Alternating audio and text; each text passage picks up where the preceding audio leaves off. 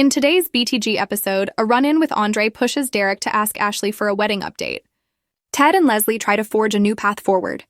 Tyrell defends his sister's honor, which impresses Jessica. Nicole rejects Carlton.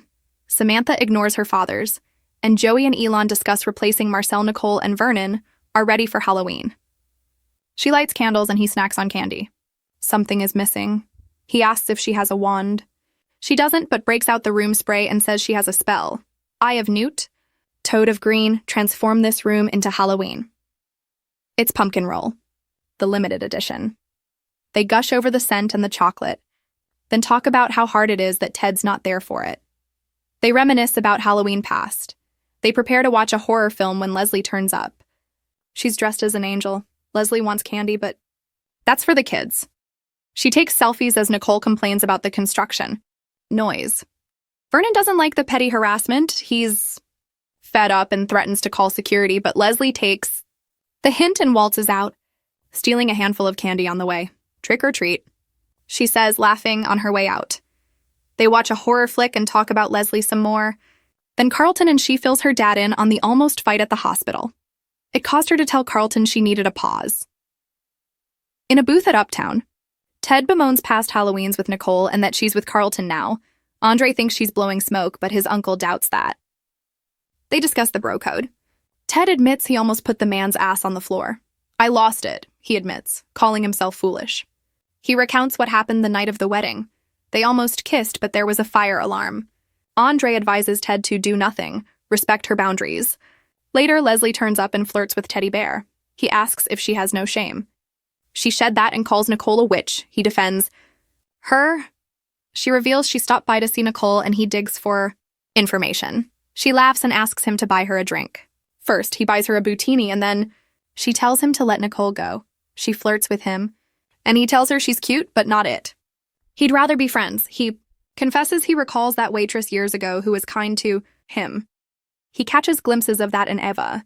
Leslie thanks him for acknowledging that. He says it's easier now that she's not trying to destroy him. The old Dana is still inside, he believes.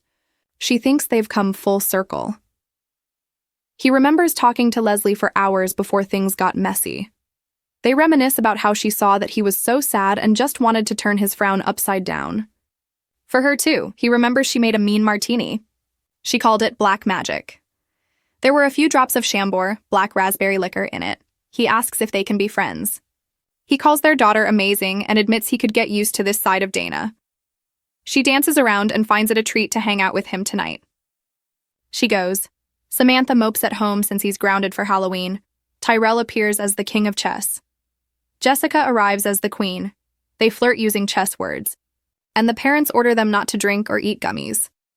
The kids are also told to get home at 10.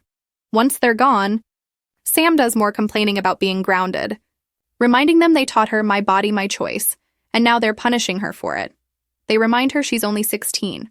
She claims she's mature, but Smitty says it's not a race.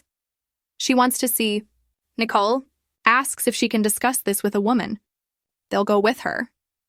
Ashley arrives home, almost catching Derek trying to stand. She apologizes for being so late and still has to get their costumes together for Ashley Andrea's party. Derek says to chill. He took care of the costumes. She finds a wedding gown. He wanted to get a sneak peek and show her an old-fashioned blue, cheesy tux. She laughs and they flirt as she sits on his lap for a kiss, Tyrell. And Jessica arrive at Orphe's. They overhear Nathan boasting that Samantha wants him to punch her. V-card while on a call and Tyrell gets in the boy's face. He reads him the riot act. And Nathan says he can't wait to add Sam to his body count. Tyrell says a real man would never front about a girl. He calls the guy all brawn and no bandwidth. Nathan almost hits him, but decides he's not worth it. Andre finds Ashley and Derek at the hospital after the Halloween party. Andre bemoans not going. Ashley says he missed out. She talks about practicing her Spanish, and Derek offers to help. In Spanish, he tells her she'll be the most beautiful bride in the world. Andre's confused. They're not going to Paris? Derek corrects him. They decided on Spain.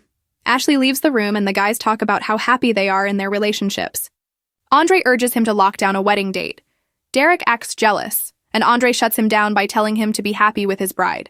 He's going home to his Once he's gone, Derek asks when they should marry and is met with Ashley almost having a panic attack. Nicole greets Martin, Smitty, and a glum Samantha who is grounded. Vernon is sorry.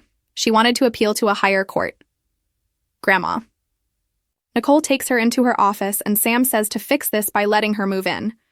She fills her gran in on what happened with Nathan and why she was grounded.